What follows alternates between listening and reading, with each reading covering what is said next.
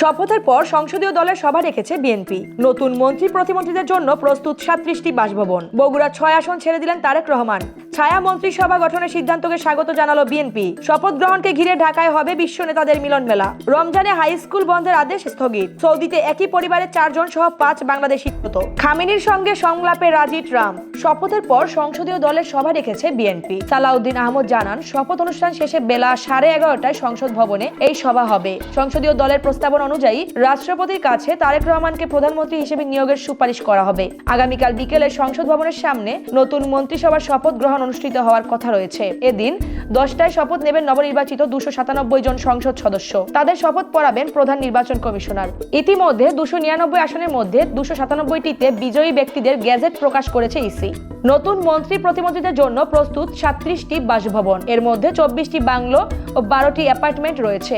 গৃহায়ন ও গণপূর্ত উপদেষ্টা জানান, এই বাসাগুলোর কয়েকটিতে এখনো উপদেষ্টারা অবস্থান করছেন। তারা সরে গেলে নতুনদের জন্য আবার প্রস্তুত করা হবে। প্রধানমন্ত্রীর বাসভবন হিসেবে রাষ্ট্রীয় অতিথি ভবন যমুনা বা শেরে বাংলা নগরের সম্ভাব্য স্থানগুলো আলোচনায় থাকলেও এখনো চূড়ান্ত সিদ্ধান্ত হয়নি। উপদেষ্টা জানান, প্রধানমন্ত্রী যেখানে পছন্দ করবেন সেখানেই তার বাসভবনের ব্যবস্থা করা হবে। বিএনপি সূত্র মতে এবার নতুন মন্ত্রিসভার আকার হতে পারে 35 থেকে 37 সদস্যের। এর মধ্যে 26 থেকে 27 জন পূর্ণমন্ত্রী এবং 9 থেকে 10 জন প্রতিমন্ত্রী হতে পারেন। বগুড়া 6 আসন ছেড়ে দিলেন তারেক রহমান। আসনটিকে শূন্য ঘোষণা করে গেজেট জারি করেছে ইসি। এদিন বিকালে ইসিতে এ সংক্রান্ত চিঠি দেন তারেক রহমান। আইন অনুযায়ী একাধিক আসনে বিজয়ী ব্যক্তিকে গেজেট প্রকাশের 30 দিনের মধ্যে একটি আসন বেছে নিতে হয়। তারেক রহমান ঢাকা 17 ও বগুড়া 6 আসন থেকে নির্বাচনে অংশ নিয়ে 2টি আসন থেকে জয়লাভ করেন। বগুড়া 6 আসনে 2,16,284 ভোট পেয়েছিলেন। তিনি আগামীকাল ঢাকার 17 আসনের সংসদ সদস্য এবং প্রধানমন্ত্রী হিসাবে শপথ নেবেন। ছায়া মন্ত্রিসভা গঠনের সিদ্ধান্তকে স্বাগত জানালো বিএনপি। সালাউদ্দিন আহমদ জানান, জামায়াত নেতৃত্বাধীন 11 দলীয় জোট ছায়া মন্ত্রিসভা গঠনের যে ঘোষণা দিয়েছে তার দল তা সমর্থন করে। আসিফ মাহমুদ জানিয়েছেন, ছায়া মন্ত্রিসভা ওয়াচ ডগ হিসেবে কাজ করবে। নির্বাচিত সরকারের প্রতিটি মন্ত্রণালয়ের কার্যক্রম পর্যবেক্ষণ এবং বিকল্প নীতি প্রস্তাবের উদ্দেশ্যে এই বিকল্প কাঠামো কাজ করবে এই মন্ত্রিসভা। 11 দলীয় জোট মনে করে এতে সংসদে সরকারের জবাবদিহিতা বাড়বে এবং স্বচ্ছতা নিশ্চিত হবে। এদিকে বিএনপি নতুন মন্ত্রিসভা গঠনের চূড়ান্ত প্রস্তুতি নিচ্ছে, তবে কে কোন মন্ত্রণালয় পাচ্ছেন তা এখনো নিশ্চিত করেনি। আগামীকাল শপথ নিবে নতুন সরকারের মন্ত্রিসভা।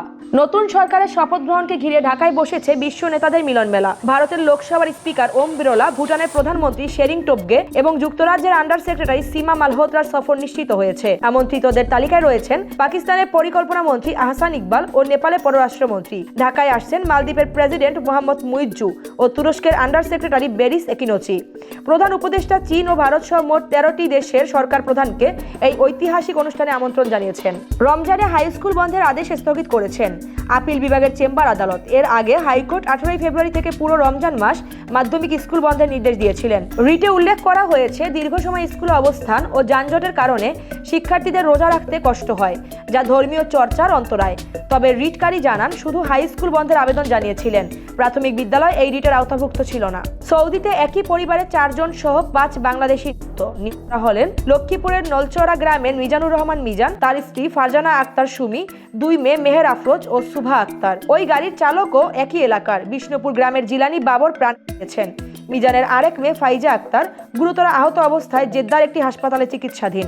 পরিবারের সূত্রে জানা গেছে, 3রা ফেব্রুয়ারি মিজান তার পরিবার নিয়ে ওমরাহ পালনের উদ্দেশ্যে সৌদি যান। ওমরাহ শেষে ফেরার পথে তাদের বহনকারী গাড়িটি দুর্ঘটনার কবলে পড়ে। বাংলাদেশ সময় রাত 3টার দিকে ওই দুর্ঘটনা ঘটে। খামেনির সঙ্গে সংলাপে রাজি ট্রাম্প। মার্কিন নিরাপত্তা উপদেষ্টা মার্কো রুবিও বলেন, জাতিরাষ্ট্রগুলোর পরস্পরের সঙ্গে মিথস্ক্রিয়া প্রয়োজন। ট্রাম্প মানুষের সঙ্গে কথা বলে সমস্যা সমাধানে বিশ্বাসী। খামেনি চাইলে আগামীকালই প্রেসিডেন্ট তার সঙ্গে সাক্ষাৎ করবেন। সংলাপে রাজি থাকলেও পরমাণু ইস্যুতে যুক্তরাষ্ট্রের অবস্থানও স্পষ্ট। খামেনির দেশ পরমাণু শক্তিধর হতে পারবে না। ট্রাম্প প্রশাসন মনে করে ইরানের পরমাণু বিশ্বের নিরাপত্তার জন্য হুমকি হতে পারে। এর বাইরে যেসব ইস্যু আছে সেগুলো কূটনৈতিক পন্থায় মিটিয়ে ফেলতে যুক্তরাষ্ট্র আগ্রহী বলেও জানান। ইরান ইসরায়েল সংঘাতের সময় যুক্তরাষ্ট্র ইরানে অপারেশন মিডনাইট হ্যামার পরিচালনা করে। এরপর থেকেই 2 দেশের সম্পর্ক চরম উত্তেজনাপূর্ণ। ওমানের মাস্কাটে 2 দেশের প্রতিনিধি সংলাপ চললেও মধ্যপ্রাচ্যের জলসীমায় মার্কিন রণতরী মোতায়েন রয়েছে।